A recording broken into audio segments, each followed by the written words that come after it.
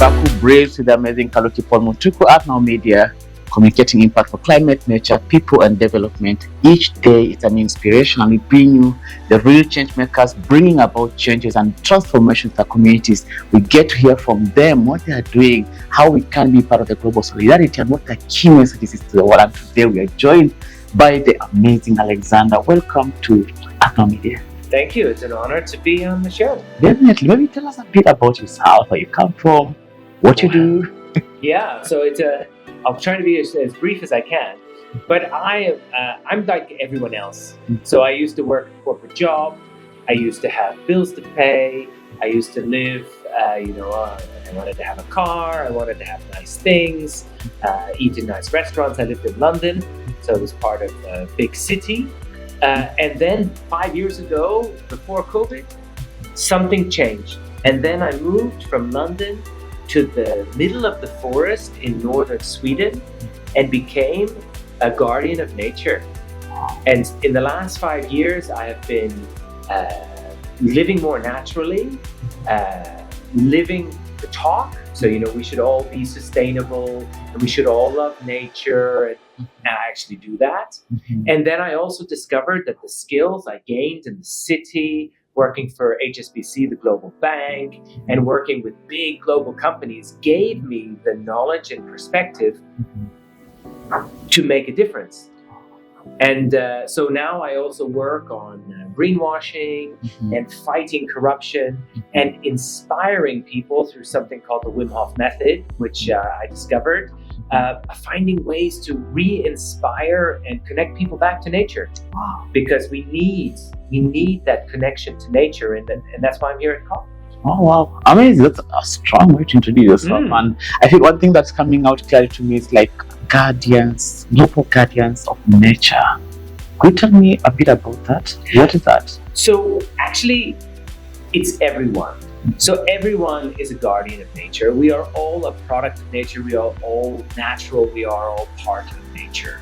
So it's not humans and nature as two separate things. We are one. And this guardians of nature, which is an idea which has come from GUD and Sherry, who has been instrumental in bringing many of us here to COP. It's simply a recognition of our individual duty to put ourselves and nature first in all our decisions, in the climate solutions, in how we live our lives, and how society works. So, what is it called? Guardians of the Galaxy, Chris Pratt. It's so much fun, and how he presents himself as a normal guy. We're all normal guys and girls, but we are all superheroes, just like Chris Pratt. It's just that rather than getting on spaceships and going into space with, space raccoons, we are living here on Earth, and we're just taking back ownership of our amazing planet, which is nature. Nature is what makes this planet special. So, Elon, you can go to Mars. Amazing. And the fact that, we literally call to be stewards of the protection, restoration, and management of the natural resources that have been bestowed upon us by the universe. That's a wonderful one. And I just wonder, reflecting on your experiences in Sweden, coming from corporate cities, working day-to-day life, and then going to connect with nature in the forest, how has that experience been for you, and how has it transformed the person that you are today? I will be perfectly honest, it was not easy. But it was, once you realize that effort, so versus convenience, easy versus challenging, the effort brought out the best in me. I had to change my perspective and say, well, actually, if I sit down and have dinner is not a burden. I must eat. Oh God, so I'll get a microwave dinner, throw it in the microwave and eat it. No, being able to eat is a privilege and an honor and a ritual and a ceremony where I come together with my family and friends. I bring the best of ingredients from nature and from other people, and then I artistically create an experience. So I had to shift my mind from all these burdens. I must make money so that I can buy things, to actually, what does it mean to be alive? And in German, we say, das Leben ist zu erleben. And so what that basically means is to live is to experience, which is so simple, but it means that hardship, burden, challenges are all growth opportunities. And taking the stewardship of nature is a challenge, right? God, why don't I just ask ChatGPT what to do? No, you have in your mind and in your heart, you know what to do. You don't need ChatGPT and its, I don't know, terawatts of electricity that it needs to synthetically recreate what a human being does without electricity, you know, and we get solar power and nature power. So it has been one of the most enriching and growth experiences of my life. And I've had a rich life. I'm a yes person, like that movie Yes Man. If someone says something interesting, I say yes, if I can. And to be a steward of nature it gives you so much purpose, much healing, much positive stress management, and also connection. You suddenly have something in common with everyone.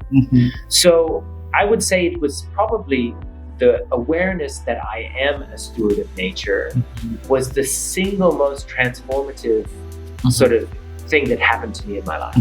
Amazing. And I'm getting this, like, to live is to experience. And that's a very deep one. It's like philosophical. And the truth is, in its philosophical sense, it's still very simple. We just need to go find ourselves, go back to our roots, which is actually Mother Nature. Thank you so much. And of course, you know, you're at COP, you know, your reasons to COP, and these are climate, finance COP, they're talking about it. Like, I just wonder, what are your reflections around the place of nature, climate, communities, and of course finance out of this COP? Do you have any hope for these four working together in a harmonious world to heal the world, to change the climate, and to really restore our landscapes? I mean, it's a very good question. This is the finance COP. And just in my first day, I only arrived today, everything is about technology. AI, synthetic, machines. It's almost like a marketing trade show for Skynet and Terminator, you know, machines.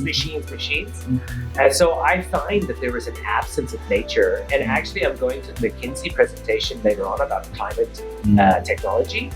And one of the questions I'm going to ask is, it's very clear that as a consequence of climate technology, solar panels, wind turbines, electric cars, mining rare earth minerals, there is a direct destruction of nature.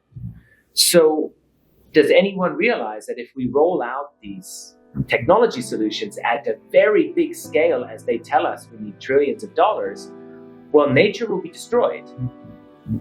Is that the intention? Or, you know, do we win if the climate is saved but nature is killed? You know, so I think a lot of people are doing very good things very passionately, but they are not seeing the bigger picture. They are stuck on their little thing. And so I'm very hopeful I can plant seeds of thought to get people to just reconsider whether these technology solutions are actually serving us as nature, right? Humans are not machines. Maybe we are biological machines, but we are not machines. We don't need electricity, rare earth, and we are stewards of nature.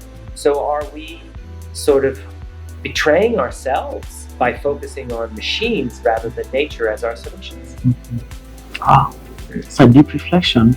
Thank you so much. And if you're watching us, like, tune in to Earth Now Media YouTube pages at Instagram accounts. So we're going to live stream and share amazing content coming from you live from Baku, hearing from people like Alex, how they're taking their simple roles in nature to actually advocate for, speaking for, and do the daily exemplary activities that define them as stewards of nature. And to Alex, has come to the end of this session. I'm already very inspired by your nuggets of wisdom, and I just wonder, as all leaders are convening here, as people who are coming from all over the world to discuss the future of the climate, what would your key message be to them?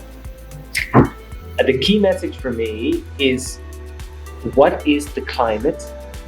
And are we talking about the wrong thing? Where actually, if we said about the future of nature, if nature is okay, it is resilient, it is adaptable, it is productive, and it is supportive.